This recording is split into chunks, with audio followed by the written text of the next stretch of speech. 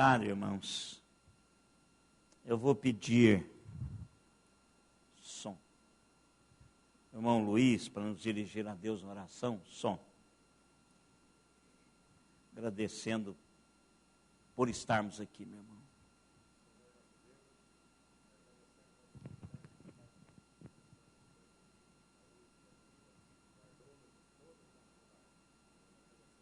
Amém, Senhor.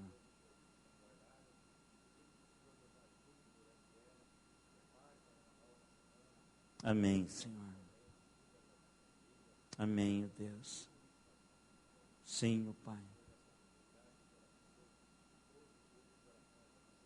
Amém, Senhor. Em nome de Jesus, ó Deus. Em nome de Jesus.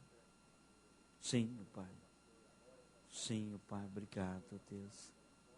Amém, Senhor. Amém, Senhor. Amém. Está sem pilha também. Pode sentar, irmãos.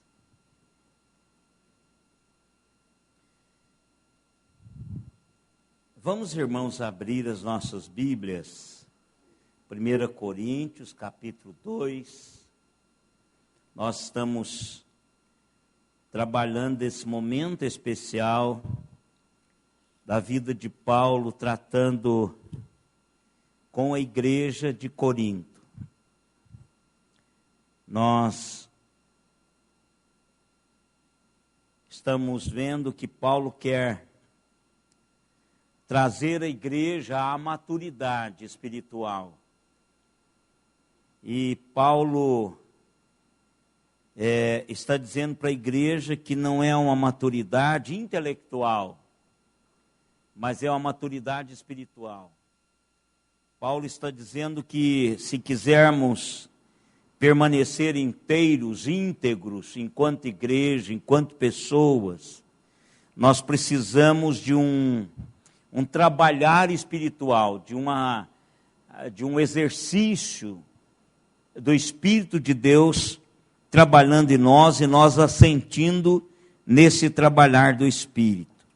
E Paulo agora, ele quer mostrar para a igreja que esse crescimento, essa maturidade, não é adquirido por sabedoria humana, mas há um agente, que é o Espírito Santo de Deus, que promove isso no nosso coração.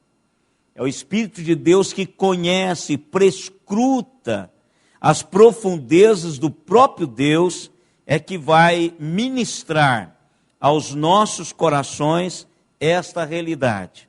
Então vamos ler, irmãos, do verso 10 até o 16, alternadamente. 1 Coríntios, capítulo 2, do verso 10 ao 16.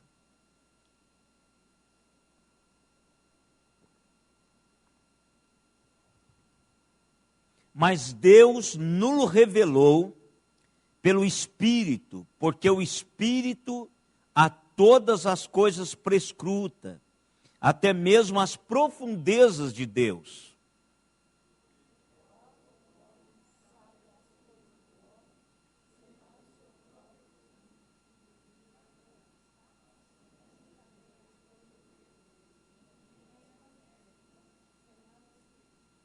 Ora, nós não temos recebido o Espírito do mundo, e sim o Espírito que vem de Deus, para que conheçamos o que por Deus nos foi dado gratuitamente.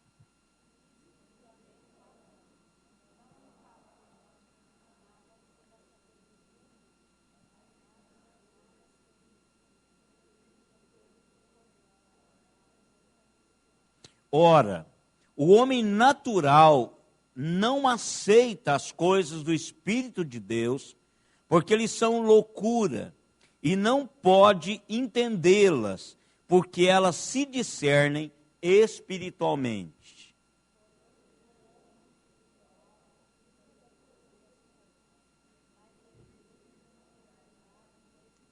Pois quem conheceu a mente do Senhor que o possa instruir? Nós, porém, temos a mente de Cristo. O que nós paramos, irmãos, na quarta-feira passada, nós paramos que uma das manifestações do trabalhar do Espírito para as nossas vidas é a revelação. O Espírito Santo de Deus, ele traz a cada um de nós, ele revela, ele descortina o conhecimento de Deus e revela-nos. Mas eu queria aproveitar esse tempo, por isso que eu cantei esses 2 hinos, escolhi esses 2 hinos para a gente cantar, é que há na teologia bíblica 2 revelações. Há uma revelação especial, que é essa revelação que nós estamos falando do Espírito Santo de Deus. Essa revelação que o Espírito trabalha o meu e o seu coração. E há a revelação geral, ou seja, aquela que é revelado para todo mundo. Outros dizem que é uma revelação natural e outra uma revelação sobrenatural. Mas a linguagem, a terminologia é a mesma. Uma revelação é dada pelo agir do Espírito Santo de Deus na mente da pessoa, para que ela possa discernir a Deus. E a outra é quando a natureza, o que Deus criou, revela. E todo mundo vê isso. Então, há facetas de Deus, dos atributos de Deus, das realidades de quem Deus é, estampada em toda a sua criação. Alguém já disse que a impressão digital de Deus está em toda a criação. Em todo, aonde você for, ou superficial ou profundamente, você vai ver a impressão digital de Deus. Deus pôs o dedo, você vai ver que o dedo de Deus está em tudo isso. E eu peguei alguns textos, que eu sei que os irmãos já conhecem esse texto, para a gente poder diferenciar dos textos que nós já lemos quarta-feira passada, que nós falamos da revelação especial, da revelação sobrenatural de Deus. É quando o Espírito de Deus trabalha a sua e a minha mente. Primeiro, para a salvação, que nós vamos trabalhar isso depois, que nos convence do pecado, da justiça e do juízo, mas isso vai ficar para um próximo estudo, mas ele abre a nossa mente. Então, ele revela Deus a nós. Ele abre a cortina, o Espírito de Deus abre a cortina para que eu entenda. Mas também a natureza é uma revelação geral, natural de Deus. Vamos ler lá o Salmo 19. Todos nós conhecemos esse salmo e alguns até o têm de cor. É um salmo que fala da beleza da criação de Deus. Vamos ler os 4 primeiros versículos. Vamos ler juntos? Salmo 19, de 1 a 4. Olha, os céus proclamam a glória de Deus, e o firmamento anuncia as obras das suas mãos. Um dia discursa a outro dia, e uma noite revela conhecimento a outra noite. Não há linguagem, nem há palavras, e deles não se ouve nenhum som. No entanto, por toda a terra se faz ouvir a sua voz e as suas palavras, até os confins do mundo. Aí pôs uma tenda para o sol. Esse aí pôs uma tenda para o sol já faz parte do parágrafo seguinte. Mas o que o texto está dizendo, irmãos? O texto está dizendo que tudo de que podemos conhecer da existência de Deus, do poder de Deus, nós podemos ver claramente observando o universo. Poder de Deus criador, o poder de Deus preservador, um Deus que preserva a criação que Ele fez. Então vai mostrando, não tem palavra, mas está mostrando aí que há uma mente poderosa por trás dessa criação, que há um Deus poderoso por trás da sustentação do universo. Eu não li a reportagem, mas eu vi uma chamada, eu não sei qual dos sites aí de reportagem, mas com a página de reportagem, mas falando sobre, não sei se é um asteroide, que chegou o dia, parece que era esse o título, que vai cair sobre a Terra, ou que já caiu, não sei, mas que está para cair. Eu não lembro, eu não li. Está para cair? Já, né? Então não atingiu o planeta. Então o questionamento era esse, assim, a reportagem. É porque foi no início da semana, diz assim, será que chegou o dia do fim do mundo? Né? E uma bola incandescente assim, caindo sobre o globo, não é? Né? Então, eu não sei se já passou. Não passou não? É outro? Então, pode ser, não é? Agora, há um Deus que está preservando isso. Se Ele quer usar esse negócio para acabar com a gente, Ele também vai direcionar isso. Então, Ele criou o universo, Ele sustenta o universo, Ele mantém o universo, e se nós olharmos, qualquer pessoa, sem discernimento espiritual nenhum, vai ver a mão de Deus em todo lugar, em todo mover do Senhor, sem falha, com toda a percepção humana, natural, se pode ver isso. O apóstolo Paulo, ao referir-se a isso também, ele escreve em Romanos capítulo 1, aquele capítulo arrepiante de Romanos, da súmula teológica, não é? Verso 20, que esse capítulo aí primeiro de Romanos, parece que ele foi escrito ontem, para a nossa época, hoje, não é? Parece que Paulo pôs esse capítulo ontem aqui, que tem a ver conosco, mas igualmente que tem a ver comigo, com você, é o mesmo problema com Roma. Quando esse livro foi escrito aos romanos, especificamente, a situação de Roma estava tanto quanto, moralmente falando, parecida com a nossa hoje, não é? Mas ele está falando de uma maneira da revelação de Deus. Olha lá o que é que fala. Porque os atributos invisíveis de Deus, assim o seu eterno poder, como também a sua própria divindade, claramente se reconhecem desde o princípio do mundo, sendo percebidos por meio de coisas que foram criadas, e tais homens são, por isso, indesculpáveis. Indesculpáveis. E aí depois os irmãos leem aí, né, o capítulo todo, para os irmãos entenderem a dimensão, o contexto imediato do texto. O que Paulo está falando? Que há uma revelação natural de Deus, capaz de condenar toda a raça humana. Porque eles vão ser indesculpáveis. A criação de Deus revela a divindade de Deus, revela toda a realidade que Deus tem para revelar de uma maneira natural. Agora, eu e vocês, além de termos esta percepção natural como qualquer ser humano, a nós foi dado revelar do Espírito Santo. Isso é um privilégio, irmãos. É um privilégio para mim e para vocês.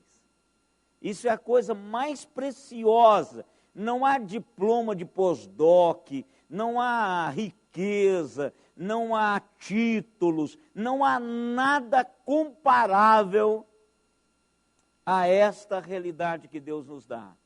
O Espírito de Deus foi nos dado para que pudéssemos ter a revelação de Deus. Por que a gente fala sobre a eternidade? Por que a gente fala sobre o céu? Por que a gente fala sobre a ressurreição? Por que a gente fala de uma paz indizível? Por que a gente fala de salvação? Por que a gente fala que algo aconteceu conosco extraordinariamente e mudou a nossa vida? Porque o Espírito Santo de Deus abriu o meu e o seu coração para entender a revelação de Deus. Há um outro, irmãos, há uma outra faceta dessa revelação de Deus, que é a revelação especial, que ela é vinda pela palavra de Deus. E aí vem a função do Espírito, que é a inspiração. Ou seja, nós vimos a revelação, o Espírito de Deus traz isso. Agora nós vimos a inspiração. O que é inspiração? Foi aquilo que Deus deu aos escritores sagrados. Deus inspirou os escritores para registrarem corretamente a sua mensagem à humanidade. A Bíblia Sagrada. Ela é a fonte primária da revelação de Deus. Primária. Todas as outras revelações, se assim houverem, devem ser submetidas à revelação primária e absoluta de Deus, que é as Sagradas Escrituras. A suprema revelação de Deus, qual que é? Quem se lembra disso? Qual que é a suprema revelação de Deus, irmãos? Nós temos a revelação natural, nós temos a revelação especial, e nessa revelação especial, o Espírito Santo de Deus trabalha através da inspiração da palavra de Deus. Mas existe uma maior do que esta. Hein?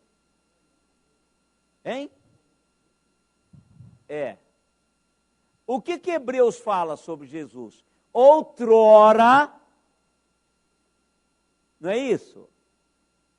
Antes de Cristo, ele falou pelos profetas, pelos apóstolos, por isso, mas agora, através de Cristo. Jesus Cristo é a suprema revelação de Deus.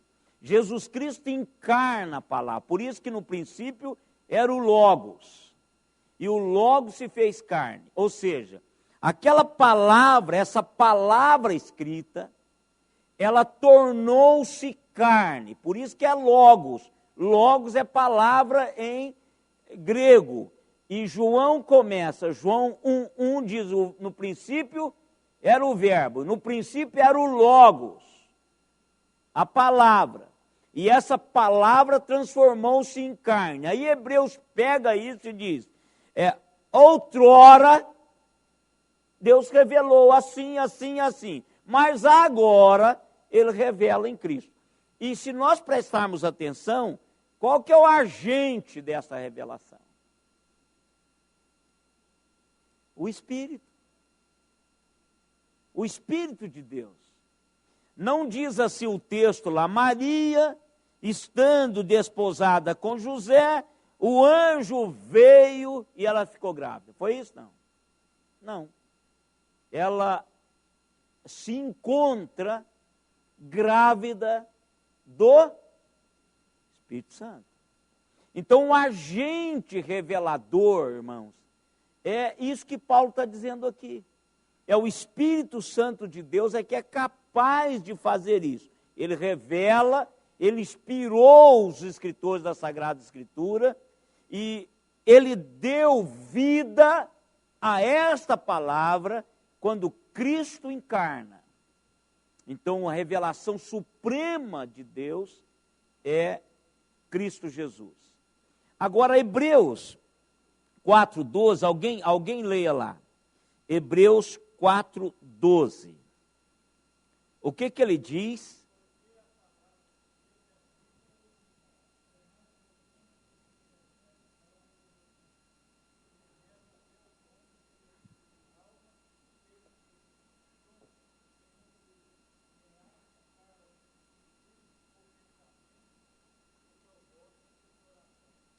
Se eu bater aqui, a minha Bíblia não fala ai.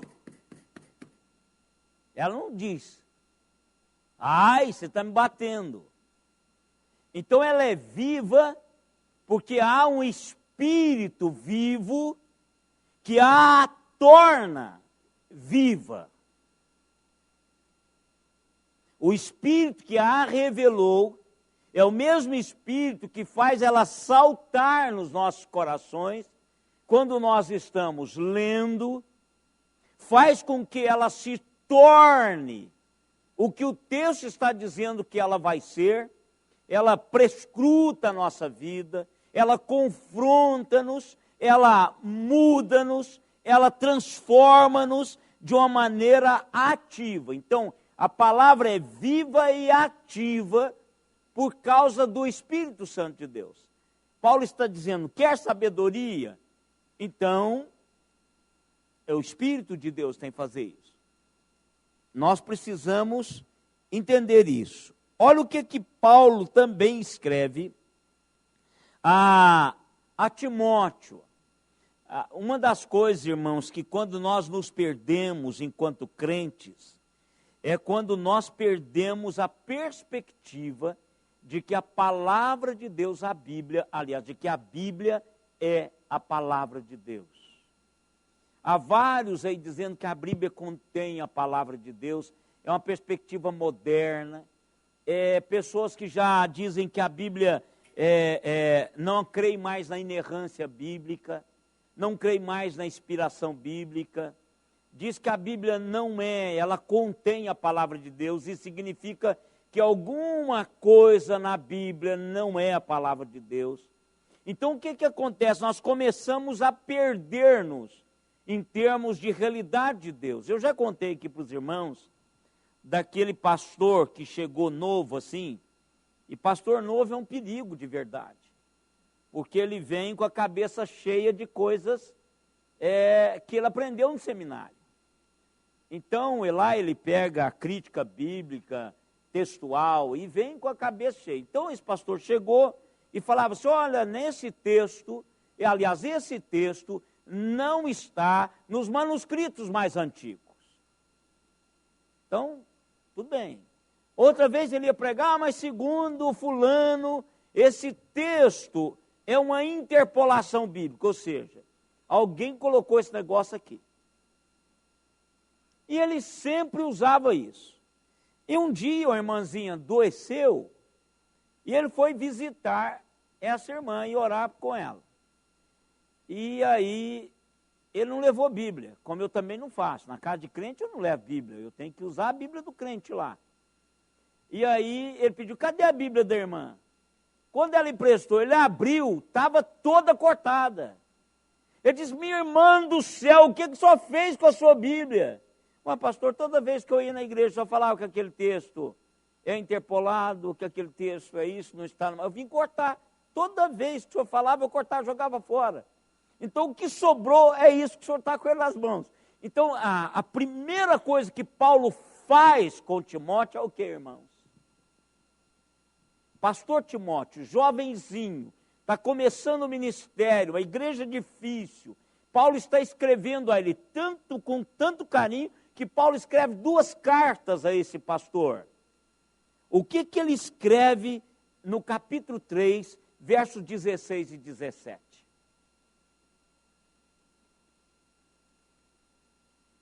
O que está escrito lá? 2 Timóteo, capítulo 3, 16 e 17. Olha, ele está falando lá em cima, olha o título que está lá.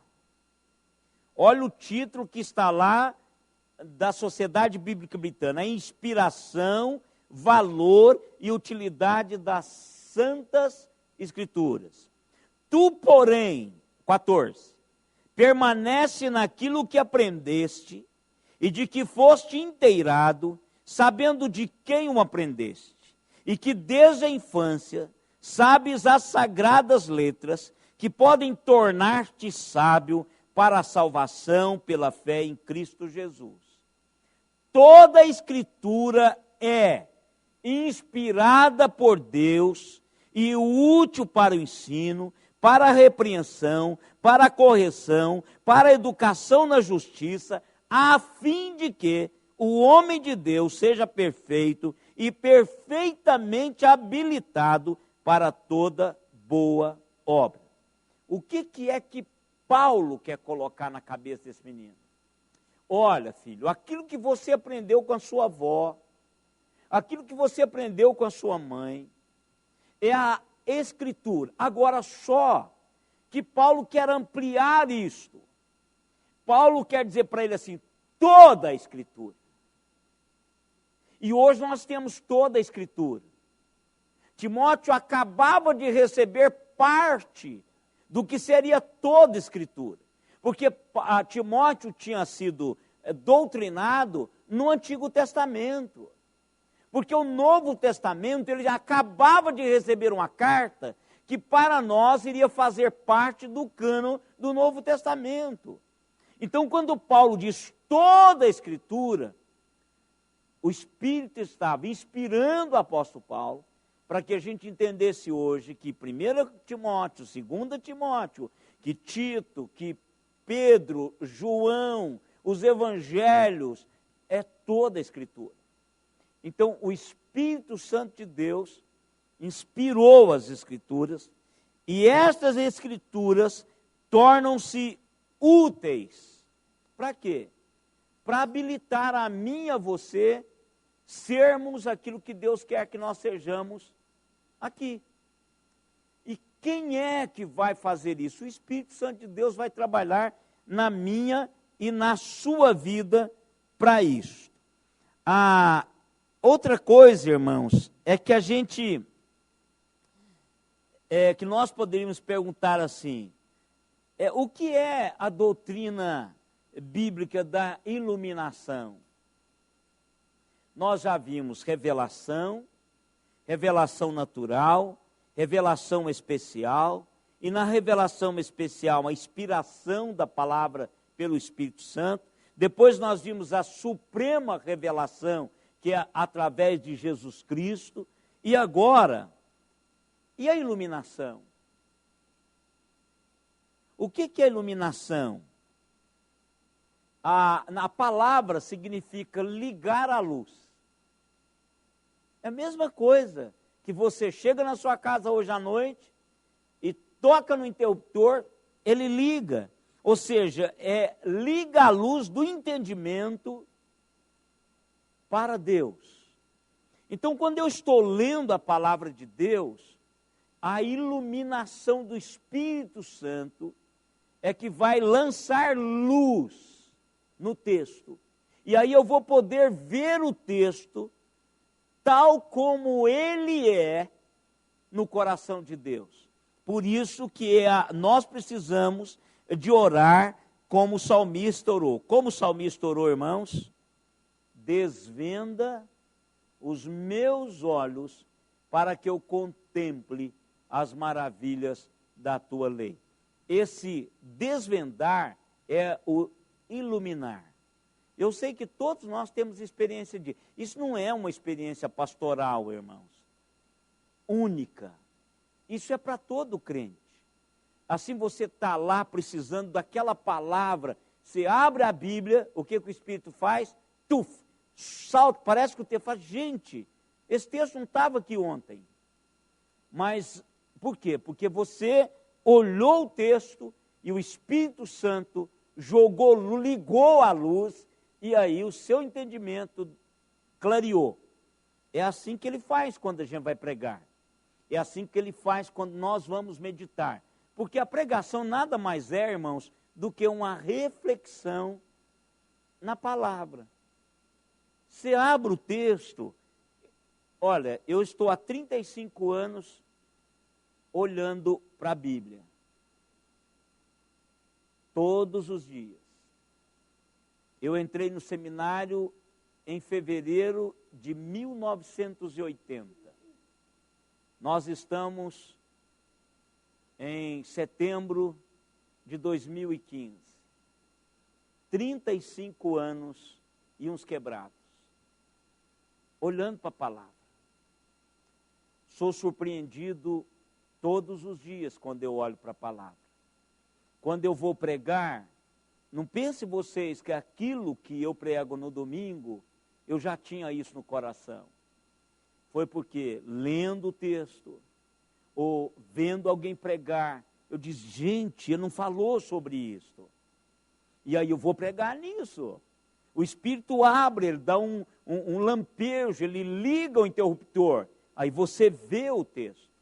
Então, a mensagem, ela é tirada da sua meditação. Se eu não medito, não tem mensagem. Eu preciso de meditar. Eu preciso de ler a palavra de Deus. Para que o Espírito liga e fala, eu quero que essa semana você fale isso. Por exemplo, eu falei domingo passado, essa reflexão nossa de domingo passado surgiu na nossa reunião das terça-feira com a palavra do pastor Alexandre. Eu li, dobrei, aqui tem outro dobrado, eu vi aqui que tem uma página dobrada aqui no Salmo, aqui ó, olha ela dobrada aqui, Neus, ó, está pertinho aqui, está vendo aqui? Tem uma página dobrada, essa página dobrada está aqui exatamente o texto que eu quero pregar. Então, eu li e saltou ao meu coração algo que está aqui nesse texto. Qualquer dia desse eu vou desdobrar essa página e vou pôr em prática. Estou mastigando o texto, estou ruminando o texto, para que ele crie corpo. Então, aí sim, ele vai transformar numa reflexão que eu vou compartilhar com a igreja. O que é isso? Iluminação. É o Espírito Santo de Deus, é o que o apóstolo Paulo está dizendo. Olha, é o Espírito que conhece o coração de Deus, é que compartilha no meu coração, ao meu coração, à minha mente, as profundezas de Deus. A questão espiritual, quando Paulo fala assim, ninguém pode julgar, o homem natural não pode julgar o espiritual. O que é que Paulo está dizendo? Não é para você ficar por aí se achando. É que coisas espirituais só podem ser discernidas espiritualmente. E o homem que é nascido de Deus, este homem tem o Espírito de Deus. Tendo o Espírito de Deus, esse homem tem a mente de Deus. Então esse homem vai entender, ter uma cosmovisão de Deus para a vida. Olha que coisa fantástica isso, irmãos. E às vezes eu fico olhando assim para a gente, eu fico até pensando assim, irmão, será que a gente tem mesmo? Porque a gente vê tanta coisa, tantas decisões, tantas coisas que as pessoas fazem que não tem nada a ver com Deus. Será que as pessoas guardam assim esse recurso de Deus para algo que Ele quer usar em prol de si mesmo, que Ele tem compartimento de dizer, ó Senhor, hoje não, hoje eu vou agir por minha conta, aí faz um punhado de besteira, depois vem pegar, ó Senhor, tu está vendo, tal. Será? Não é assim que Deus quer. Se eu tenho o Espírito de Deus, eu tenho o discernimento de Deus das coisas. Eu não deixo de ser pecador, mas eu tenho discernimento de Deus. Um dos textos, irmãos, eu gosto muito, e o irmão Melo, ele fez uma reflexão no domingo passado. Não, foi o retrasado, né? O passado foi Santa Ceia. No Salmo 119. Olha, irmãos, eu gosto muito do Salmo 119, mas uma das coisas que eu gosto é ligar o Salmo 119 ao Salmo 18. Porque o que é que o Espírito faz comigo? A primeira coisa de iluminação do Espírito é aquela lá que nós vamos estudar lá atrás. Convence-me do pecado. Primeira coisa. E aí, no Salmo 18, verso 28, o que o salmista diz aí, irmãos? Se tiver mais de uma versão, pode ler, porque Tem uma versão aí, eu não sei se a NVI, a versão internacional, a nova versão internacional, ou é a Bíblia da Mulher, mas tem uma versão dessas novas que expressa de uma maneira clara o que o texto está dizendo. Vamos lá, vamos ler todas as versões que a gente tiver. Salmo 18, 28.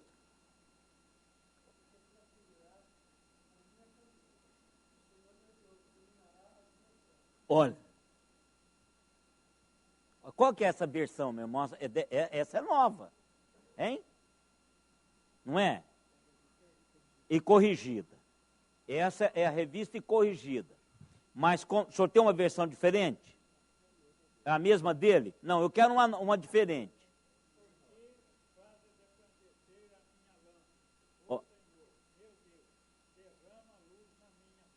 Olha, faça resplandecer a minha lâmpada e derrame luz nas minhas trevas. Olha que versículo.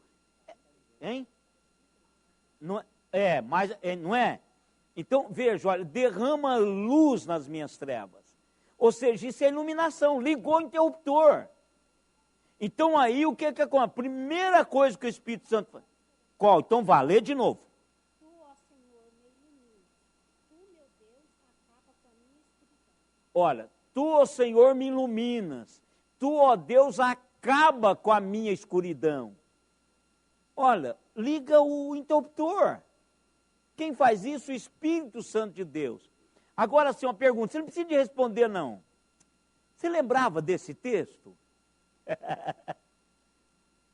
E se você já leu, será que você pensou no interruptor? A gente não pensa. A gente não pensa. Mas então como é que o senhor pensou? Eu estava lendo, liga a luz. Liga a luz. A luz dissipa as trevas. Liga a minha luz para que a minha escuridão vá embora. Ou coloque luz na minha vida. Isso é iluminação do Espírito Santo de Deus, irmãos. Olha que coisa bonita isso aqui. O Espírito Santo de Deus liga a luz. Sabe que a gente poderia mudar o vocabulário das nossas orações para a conversão, irmãos? Orar a palavra.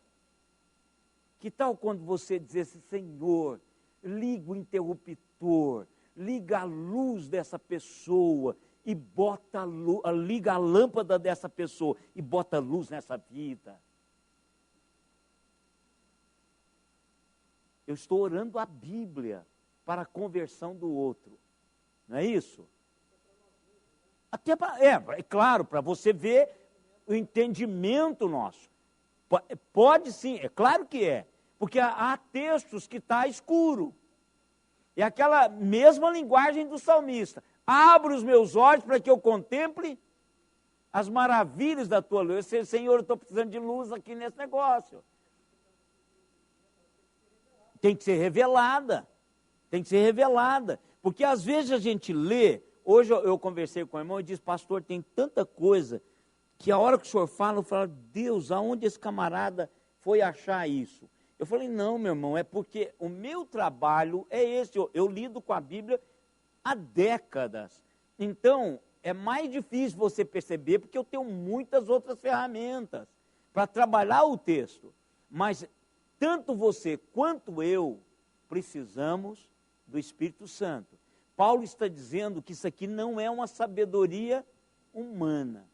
Isso aqui não é adquirido num curso de teologia acadêmico. Isso aqui é dado pelo Espírito Santo de Deus. E se nós perdermos isto, você perde o brilho da palavra de Deus. Fica um discurso como qualquer outro, vazio, né? Não tem vida. É aquilo lá. Por que a Bíblia é viva e ativa? Viva e eficaz. Por que a Bíblia prescruta o nosso coração? Por que a Bíblia me leva, me convence? Eu não sou convencido, irmãos, por argumentações humanas. Eu sou convencido pelo Espírito Santo de Deus, que testifica ao meu espírito que isso é verdade, só isso. Não precisa ninguém vir me convencer das verdades bíblicas, porque o Espírito Santo de Deus vai fazendo isso comigo. Mensagens que eu ouço, mensagens que eu leio, mensagens que a própria palavra gera, o próprio Deus gera no meu coração através da sua palavra. Então eu digo, o primeiro ouvinte da mensagem de Deus sou eu. Depois que ele fala ao meu coração, é que eu sou autorizado a falar ao seu povo, transmitir com fidelidade isso. Mas vamos ligar, irmãos, o Salmo 119. Eu quero ligar para os irmãos verem como que é interessante o Salmo. Verso 130, vamos ler alguns, nós já temos aí uns 10 minutinhos, eu queria fazer isso com os irmãos. O 130 primeiro, o verso 130.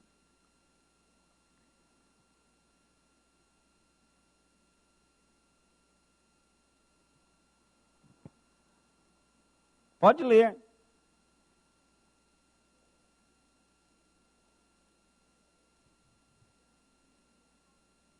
Olha que coisa interessante. Qual que é a outra tradução que nós temos? Cadê a do senhor Rocha? Qual que é a sua, meu irmão? Leia aí. O Salmo 119, verso 130. A exposição das tuas palavras dá luz e dá entendimento aos simples. Olha, então veja que coisa interessante. A ação do Espírito, através da palavra, vai dar entendimento. Entendimento aos doutores? Olha que coisa interessante. Qualquer um, mesmo que seja doutor, que se coloque, se anule diante do Senhor e diga, Senhor, olha, eu preciso de entendimento. Vocês querem? Pode ler, irmão Rocha, o senhor já está É igual? Qual mais? A sua é diferente? Diga. A explicação da tua palavra traz luz e dá sabedoria às pessoas. Deixa eu trazer uma ilustração para os irmãos aqui, para a gente entender isso. Eu sei que a matemática é um calo para todo mundo quase, né? Tem poucas pessoas que têm a facilidade, e diz que é por causa dos professores, né? Mas eu tive na matemática uma das melhores professoras. Ela era a bambambam da matemática. Aliás, as duas professoras bambambãs da matemática na cidade de Ibiá foram minhas professoras. A Maria Inês e você conheceu ela bem. Catarina. Maria Inês e Catarina. Elas davam aula na faculdade em Araxá, o horário delas era preenchido, porque elas tinham uma facilidade. Não entrava. Olha, quando eu fui lá, que eu saí daquele negócio, aquelas contas básicas, e os números começaram a ser substituídos por letras, gente do céu, coisa maluca. Aí sabe o que a Catarina, que era muito amiga da minha mãe, disse assim, Ezequiel, vá lá em casa tomar um cafezinho comigo e eu vou lhe dar as orientações. E eu tinha um amigo chamado Daniel, ainda tenho até hoje, amigo é amigo para sempre, mesmo quando você não encontra com ele mais. Quando a gente encontra, a gente se abraça, né? E o Uberaba, ele é tão bom que ele seguiu a área de exatas. Ele fazia a mesma coisa comigo. Ezequiel, vem cá, o X não sei o quê, o Y. Rapaz do céu, como é que pode esse negócio? Então, para eu entender, quando troquei os números por letras, eu precisei de um tutor. De alguém que lançasse luz para que eu pudesse substituir isso. Espiritualmente, nós precisamos do Espírito de Deus. É Ele que vai traduzir a linguagem de Deus para que eu compreenda a linguagem de Deus e assinto nisso. Eu compreendo isso e coloco isso em prática. eu não sou bom em matemática. E algumas coisas que foi ensinado lá, eu sei que ela me ensinou, não é? Mas o Espírito de Deus, ele tem a habilidade de plantar, de escrever isso no nosso coração. Ele abre a minha mente e escreve de uma vez por todas. O verso de número 11. Então ele dá entendimento, não é? Ele abre, esse texto abre o nosso coração, entra no nosso coração a palavra, dá luz e entendimento. Olha o verso 11 do 119. O que faz?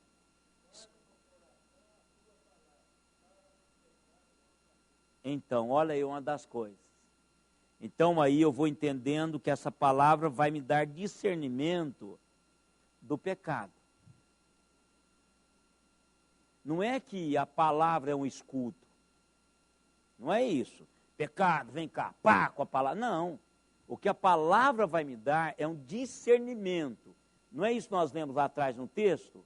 A tua palavra, a instrução da tua palavra é que vai fazer isso comigo. Vai dar entendimento ao simples. E quando eu tenho a palavra do Senhor no coração, eu vou discernir aquilo que agrada o coração de Deus e aquilo que não agrada o coração de Deus. Aquilo que agrada o coração de Deus não entristece ao Espírito Santo. Aquilo que não agrada o coração de Deus entristece ao Espírito Santo. Irmão, vocês já pararam para pensar nisso? Entristecer o Espírito Santo? Pensa nisso, irmão. E a Bíblia diz que quando nós pecamos, quando quebra o nosso relacionamento com Deus, o Espírito Santo se entristece. O Espírito é possível entristecer pela minha conduta, pela maneira como eu vivo. Eu não gosto de ver pessoas tristes. Se eu vejo uma pessoa chorando, o meu coração fica com compaixão daquela pessoa. Às vezes eu não posso nem fazer nada. Se eu entristeço por um semelhante meu, triste, agora nós deveríamos nos entristecer quando a gente entristece o Espírito Santo. E aí, quando o Espírito Santo entristece, ele também nos entristece. E a Bíblia diz que esse entristecer do Espírito Santo é para a nossa salvação, para corrigir-nos. A tristeza do Espírito é para acertar as nossas vidas. Então, irmãos, se você quiser, depois você pode pegar, olha, isso aí vai muito longe. Então eu queria deixar isso para vocês, pegando esse gancho do apóstolo Paulo para a igreja de Corinto. Olha, se quer serem sábios, o Espírito Santo de Deus vai lhe dar sabedoria. Não é sabedoria humana, mas é sabedoria daquele que conhece a mente de Deus. Quer ter a mente de Deus, deixe o Espírito Santo trabalhar a sua vida. Entregue submissamente. Ore, irmãos. Você precisa de orar para pedir a Deus, para Deus nos dar entendimento para a sua palavra, para a vida.